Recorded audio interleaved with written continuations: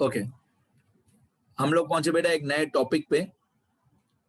Recording of transactions part 1 के अंदर accounting equation करके एक टॉपिक आएगा। अकाउंटिंग इक्वेशन एक्सप्लेन करो। ऐसा क्वेश्चन आएगा, explain the following transactions along with the explanation of accounting equation. तो अकाउंटिंग इक्वेशन क्या होता है, इसके अंदर कैसे आंसर लिखते हैं, कैसा प्रेजेंटेशन होता है हमारा, वो सब मैं धीरे धीरे सारी बातें बता दे जाऊंगा। ठीक है, ऑब्वियसली एक दिन में सारा चैप्टर यहाँ सारा कोर्स नहीं हो जाएगा, ग्रेजुअली आपको सब पता चलेगा। पहले हम लोग अकाउंटिंग टर्म्स कर रहे थे, पहले दिन से लेकर के कैपिटल क्या होता है, ड्राइंग्स क्या होता है, debtor, creditor, cash transaction, credit transaction, बहुत सारी बातें। ठीक है, एसेट क्या होता है, लायबिलिटी क्या होता है, एसेट्स के टाइप क्या होते हैं, डेटर कौन होता है जिसको हम गुड्स बेचते हैं, क्रेडिटर कौन होता है जिससे हम गुड्स खरीदते हैं। तो धीरे धीरे आपको पता चला कि ये सारे टर्म्स का मतलब क्या होता है। अभी इन सारे टर्म्स को यूज करके कौन सी ट्रांजैक्शंस बनती है, अकाउंटिंग इक्वेशन क्या होता है, सब धीरे धीरे एलैबोरेट होते जाएगा। इतना समझ लो कि जो भी आप लोग हर एक शब्द अभी सुन रहे हो, एक एक शब्द, एक एक वर्ड आगे चल के एक चैप्टर बन जाएगा। तो बहुत ध्यान से सुनना, बेस आपका रेडी हो रहा है।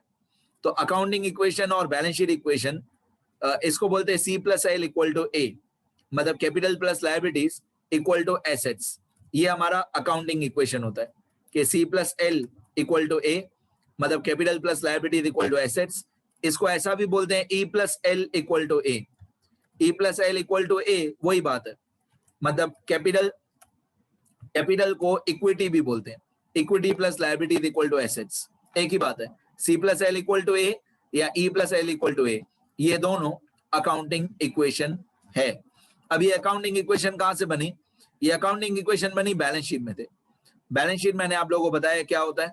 बैलेंस शीट एक स्टेटमेंट होती है जिसमें हमारे बिजनेस का फाइनेंशियल पोजीशन पता चलता है on a particular date. Balance sheet किसी एक पर्टिकुलर डेट पे बनती है, तो balance sheet of dash dash business, यहाँ पे बिजनेस का नाम आता है।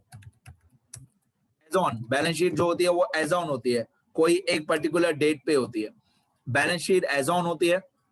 बैलेंस शीट में 4 कॉलम होते हैं, liabilities amount rupees, assets amount rupees, ऐसे बैलेंस शीट में टोटल 4 कॉलम होते हैं, लायबिलिटी अमाउंट, एसेट अमाउंट। अब ऐसी बैलेंस शीट मैंने आप लोगों को पहले भी बताई है, दिखाई है एक बार, कि बैलेंस शीट में जो लायबिलिटी साइड होती है उसमें सबसे ऊपर आता है कैपिटल। कैपिटल को इक्विटी शेयर कैपिटल भी बोल सकते हैं, कंपनीज हो तो। अगर कंपनीज हो तो इक्विटी शेयर कैपिटल, अगर कोई कंपनी है तो हम लोग बोल सकते हैं इक्विटी शेयर कैपिटल, और अगर कोई सिंगल ओनर है तो सिर्फ कैपिटल। सिंगल ओनर है तो सिर्फ कैपिटल, और अगर कंपनीज हैं तो इक्विटी शेयर कैपिटल। अब इस कैपिटल के अंदर जितना भी हमारे बिजनेस में प्रॉफिट होता है वो हम ऐड करते हैं, जितनी भी हमारे बिजनेस की इनकम्स होती है वो हम ऐड करते हैं, जितना भी ओनर का ड्रॉइंग्स होता है वो हम माइनस करते हैं, जितना भी हमारे बिजनेस का लॉस होता है वो हम माइनस करते हैं, जितने भी हमारे बिजनेस के एक्सपेंसेस होते हैं वो हम माइनस करते हैं। इसके बाद दूसरी सारी लायबिलिटीज के नाम लिखे हुए हैं। क्रेडिटर्स हमारी लायबिलिटी होती है। क्रेडिटर वो इंसान होता है जिससे हमने गुड्स खरीदे हैं और अभी हमको पैसे पे करना बाकी है। बिल्स पेएबल, मैंने इसकी मीनिंग नहीं बताई है पर मैं बताऊंगा। बिल्स पेएबल हमारी लायबिलिटी होती है। बैंक लोन हमारी लायबिलिटी होती है। बैंक ओवरड्राफ्ट लायबिलिटी होती है। तो जो लायबिलिटी साइड का टोटल आता है उसको बोलते हैं C प्लस एल। C मतलब ये कैपिटल, और एल मतलब ये सारी liabilities, creditors, bills payable, bank loan, bank overdraft, ये सब हुआ एल मतलब लायबिलिटीज। और ऊपर वाली जो 5-6 लाइन है कैपिटल से लेकर यहां तक एक्सपेंस तक, ये C हुआ। ये हुआ C, ये ऊपर वाली 5-6 लाइन यहां से लेकर यहां तक, ये पूरा C हुआ। और L मतलब ये क्रेडिटर्स से लेकर बैंक ओवरड्राफ्ट तक, ये L हुआ। तो C प्लस एल, तो जो लायबिलिटी साइड का टोटल है उसको बोलते हैं C प्लस एल। और एसेट साइड पे सारे tangible, intangible, fix assets, current assets, ये लैंड एंड बिल्डिंग हमारा एसेट होता है, प्लांट एंड मशीनरी हमारा एसेट होता है, फर्नीचर, व्हीकल, ये सब हो गए फिक्स एसेट्स टेंजिबल। इसके बाद ये इंटेंजिबल एसेट्स हैं, fix assets, intangible, goodwill, patent, copyright, trademark. फिर ये सारे डेटा से लेकर सारे करंट एसेट्स हैं, debtors, bill receivable, loan given, stock of goods, cash balance, bank balance, ये सारे हमारे एसेट्स हो गए। तो जितना हमारा C+L का टोटल होना चाहिए उतना ही हमारा A का टोटल, एसेट्स का टोटल होना चाहिए। फॉर एग्जाम्पल, एक छोटा सा एग्जाम्पल बताता हूं। सपोज करो जितने भी हमारे सारे एसेट्स हैं, उनका टोटल, सपोज जितने भी हमारे एसेट्स हैं उनका टोटल आया 7 लाख रुपीस। जितने भी हमारे एसेट्स हैं उनका टोटल आया 7 लाख रुपीस।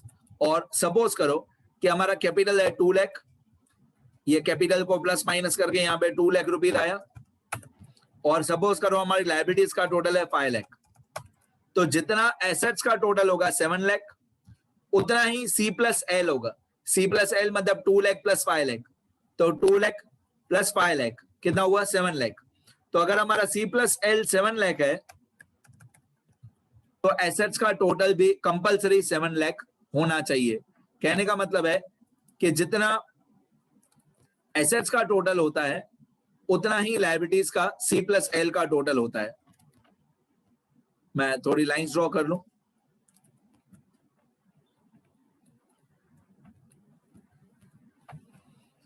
राइट, तो अगर हमारा एसेट्स का टोटल 7 लाख है तो C+L भी 7 लाख होना चाहिए कंपलसरी। दोनों साइड का टोटल सेम होना चाहिए। राइट, ये बैलेंस शीट हो गई। बैलेंस शीट का एक पिक्चर बताया मैंने आपको, बैलेंस शीट कैसा होता है देखने में। Liability side, left side liabilities होती है, राइट साइड एसेट्स होते हैं। लायबिलिटी साइड पे होता है C+L, कैपिटल प्लस लायबिलिटीज, और एसेट साइड पे सारे assets, fix assets, current assets, tangible, intangible, सारे एसेट्स। ओके, ये तो मैंने आपको बताया ही है कि लायबिलिटीज मतलब क्या। लायबिलिटीज मतलब all the amounts payable by us in future. जो पैसा हमको पे करना बाकी है, जो पैसा हम पे करेंगे लेकिन इन फ्यूचर, 1 महीने, 2 महीने, 6 महीने, 1 साल, 2 साल या 10 साल के बाद जो हम पैसा पे करेंगे, कितना भी पीरियड हो सकता है, लेकिन जो पैसा हमको पे करना बाकी है वो हमारी लायबिलिटी होती है। और एसेट्स मतलब all the amounts receivable by us. हमारी सारी वेल्थ, हमारी सारी प्रॉपर्टी, बिजनेस की बात चल रही है यहाँ पे, कोई भी पर्सनल प्रॉपर्टी की बात नहीं चल रही है, बिजनेस के सारे एसेट्स।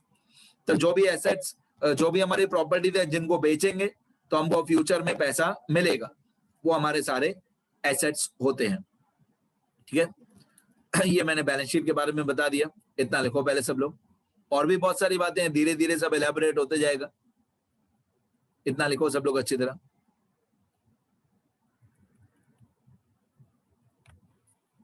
लिखते रहो बेटा।